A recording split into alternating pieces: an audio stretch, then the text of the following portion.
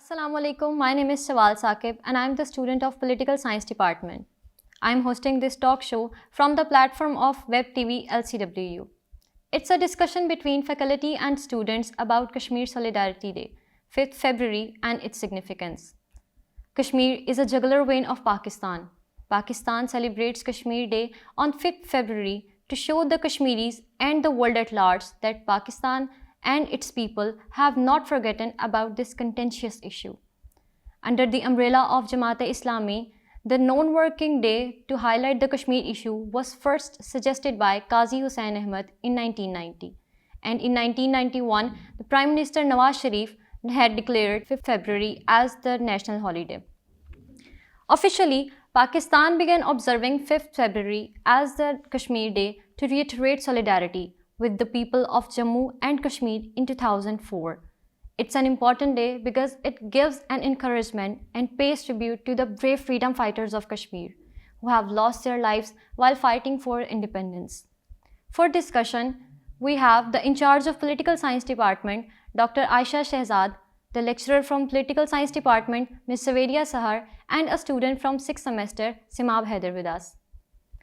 Ms. Saveria, I would like to ask that how does the recently appeared national security policy of Pakistan highlight the Kashmir issue? Thank you, Shawal, for your question. And to answer your question, I will divide my answer in two portions. First, I would like to highlight some important aspects of the national security policy, which was officially released on 14th January this year. So, the policy document elaborates a grand strategy and entails plans about economic, social, industrial, cultural, and human development. According to Moeed Yusuf, who is the National Security Advisor, the policy has adopted directional tone and it gives a grand strategic guidance to deal with policy actions for certain areas of national interest.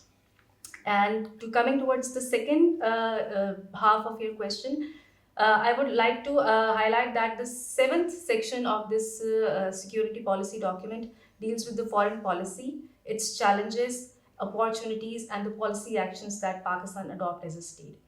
And to concentrate on the Kashmir issue, the policy document clearly highlights the stance of the Pakistan related to Kashmir issue.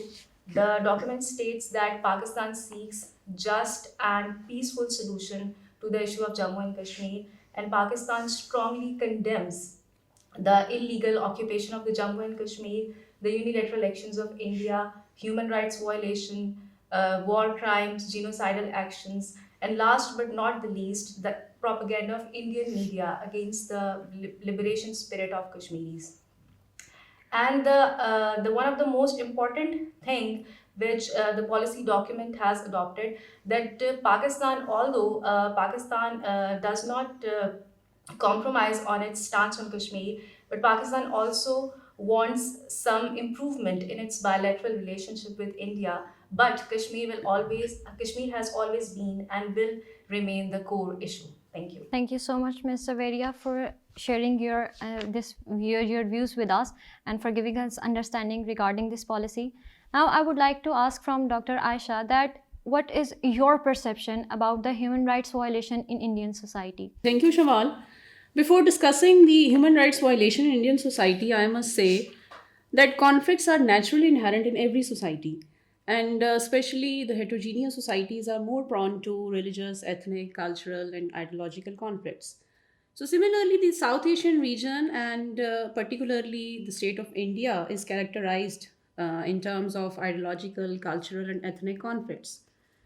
So, when we take the case study of India, it looks quite paradoxical that one of the biggest democracies in the world that has become the worst example of human rights violation. You see that recently the Citizenship Amendment Act 2019 that set the new criteria for the Indian citizenship, and that is for 6 years permanent residential requirement for all the religious minorities. But this act excluded Muslim minority. And this has been a very discriminatory act and which was massively opposed, and there has been protests and demonstrations against this act. But the Modi government did not show any consideration for the reservations of Muslim community. Similarly, you see that during the lockdown in Jammu and Kashmir, we see that Modi government violated not only Universal Declaration of Human Rights, but also the Geneva Convention 1949, Territorial Integrity Clause of UN Charter, and then the UN access of internet access as a basic human rights. So all these important international conventions have been violated by Modi government regarding human rights. So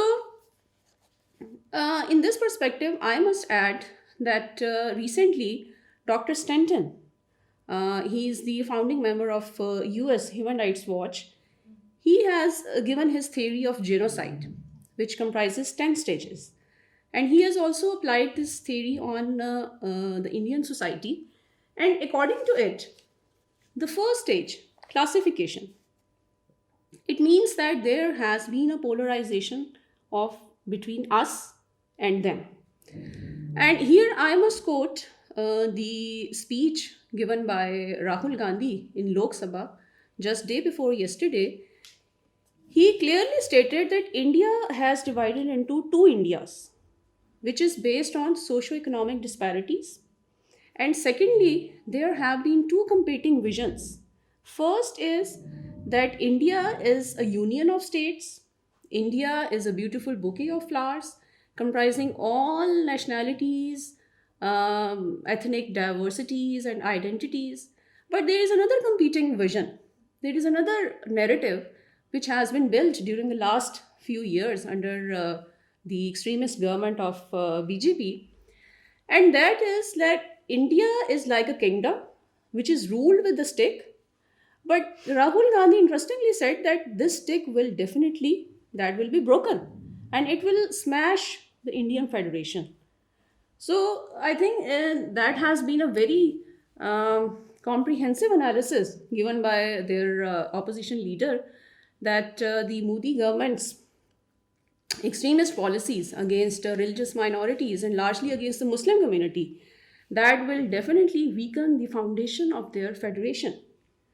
So coming back to other stages of genocide, which are given by Dr. Stanton, that has polarization, preparation, organization, dehumanization. And if you see that according to the current situation, the hate speeches by the BJP, their extremist organization RSS, and their activities against the Muslim communities. So according to Stanton, that's almost 7-8 stages are done in India. And now the remaining three stages, extermination and persecution and denial. Now Indian society is moving towards these three stages. So this is the state of Muslim genocide in India. Total human rights violation. So it's a very alarming situation, and I must say that it will lead towards more destruction in the society. And Indian society overall now needs to develop a culture of tolerance. Thank you. Thank you so much, Dr. Aisha, for sharing your views with us. Now, I would like to ask from Simab. Simab, according to you, what are the impacts of Hindu nationalism on social and personal lives of Muslims in India? Thank you, Shahal. To answer your question, I would say that Islamophobia is becoming more normalized and mainstream after the rise of BJP government to power. The anti-Muslim laws and propaganda have direct repercussions, followed by Muslims being subject to low quality or no jobs, less literacy, and low access to bank credits. While talking about the impact of Hindu nationalism on the social lives of Muslims, I would like to mention some statistics which have been taken from the official data issued by the Indian government. According to the census that was held in 2011 in India, the literacy rate between the Hindus and Muslims is 84% and 68% respectively. Moreover, 67% of total Muslim population is unemployed.